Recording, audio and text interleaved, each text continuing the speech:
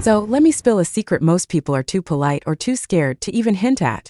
Meghan Markle's life? It glitters like a storybook, doesn't it?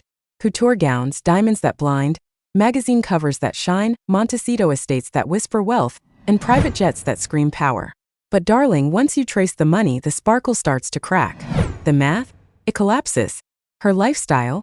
It doesn't line up with the official figures. The Netflix deal? Silent. The Spotify deal? Vanished. Brand partnerships? Fragmented, fleeting, evaporating faster than a trending hashtag. And yet, the glamour doesn't falter. Strange, right? Those close enough to see the machinery murmur that someone, yes, someone is quietly sustaining the illusion. Behind the velvet curtains, invisible but precise. They call it funding continuity. A delicate phrase for someone secretly footing the bills. Not out of love, not for charity, but for leverage. And there, my friend, is where the real story ignites. Not romance, not fame, but raw, unstoppable, high-stakes money. Because once you strip away the headlines, the glittering titles, and the glossy PR, what remains is a woman living a billionaire's lifestyle without a billionaire's bank account. And that puzzle, it tells more about Meghan Markle than any interview ever could. The crown handed her fame, but the fortune that came from somewhere else entirely. When Meghan first stepped into that royal world, she imagined herself diving headfirst into unimaginable wealth. Castles, carriages, gilded palaces, and a royal allowance with no end in sight. But reality slammed into her like a ton of gold-plated bricks. Prince Harry, bless him, isn't the billionaire the tabloids suggest. His wealth? Comfortable, yes, but not empire-level comfortable. His income? Mostly his late mother's inheritance, some military pensions, a sprinkling of investments.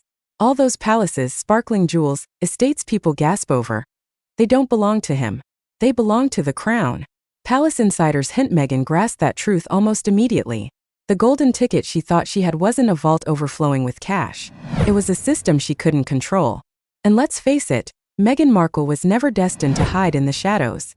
She's a woman who constructed her image brick by brick, spotlight by spotlight, refusing to blend into the background as so. When the royal life started feeling less like a crown and more like a cage, the first cracks began to appear. The allure of duty faded fast. Because being royal doesn't guarantee wealth, it guarantees rules, restrictions, limitations. And Meghan, she doesn't do limitations. That's when everything pivoted. The fairy tale morphed into a strategy. If the palace couldn't grant her freedom, she would carve it herself. She didn't just marry a prince, she married a brand.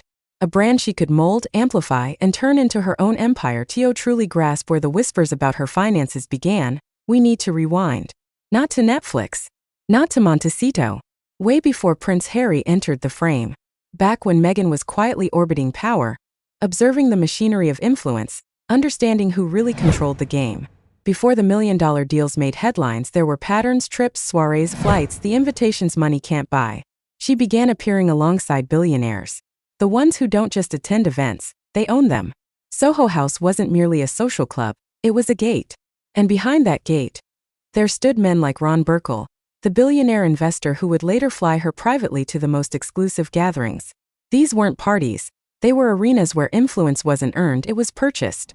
Sources whisper that this was Meghan's secret classroom, her first invisible network, a social world that existed far from red carpets, interviews, and headlines. This was where the real story of her funding began.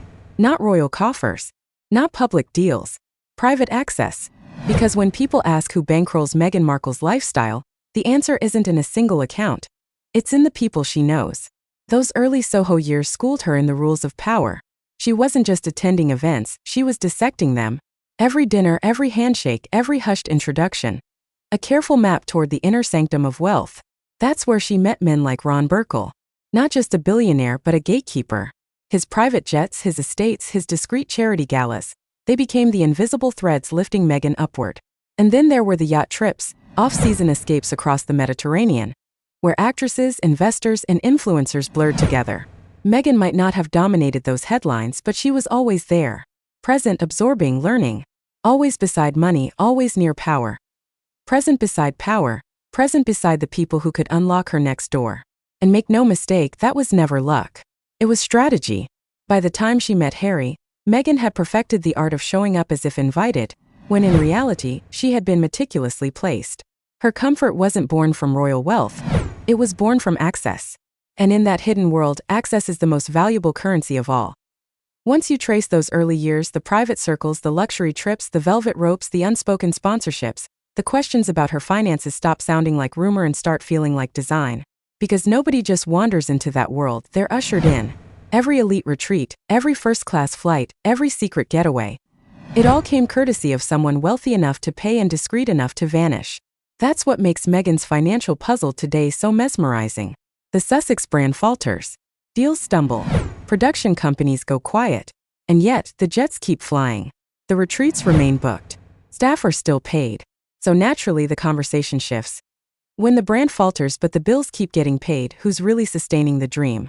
Insiders insist the answers aren't in Netflix checks or royal allowances. They trace back to the same blueprint that started long before Montecito. A blueprint built on proximity to power, not ownership. That network, the one that once lifted Meghan, still hums quietly in the background. Silent benefactors, selective invitations, private sponsorships. Support that doesn't need contracts, only loyalty. And that's why the whispers never fade. Because Meghan Markle's financial story isn't about what she earns. It's about who she has never stopped knowing. Publicly, she markets herself as the self-made duchess, the independent media powerhouse. But behind the glossy veneer, the numbers don't add up. Her ventures, the Netflix series, the podcast, the lifestyle brand, they all stumbled. Staff left discreetly. Projects froze. Deals evaporated. Yet somehow the life continues untouched.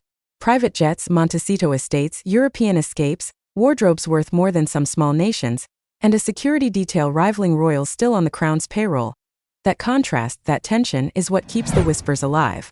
Because when the empire stumbles, but the bills remain untouched, people stop asking how she earns and start asking who keeps her afloat. One insider called it the illusion of independence. Everything appears self-funded, until you notice the hands behind the velvet curtain. Every empire has backers. Every image carries a price. And Meghan's life, from those yachts of the past to the estates of today, has always been a performance, meticulously funded by invisible forces. It's not charity, it's strategy. Keeping her in the spotlight keeps her valuable, keeps doors ajar, keeps networks alive. She isn't just a woman. She's a bridge between Hollywood and royalty, activism and influence. Bridges like that don't collapse easily, but there's always a cost. Because when your lifestyle relies on benefactors, your freedom relies on their approval. You can't bite the hand that keeps the lights on. So while the public debates whether Meghan is still profitable, the reality might be simpler. Profit isn't the goal, sustainability is. Her true genius lies in never falling far enough to lose her seat at the table. And as long as that seat remains funded, the illusion endures. The curtain might drop. Headlines may fade. Deals may vanish. Yet the quiet funding presses on. Because in the world Meghan Markle crafted, the one she studied among the billionaires of Soho House, power isn't measured in crowns or fame.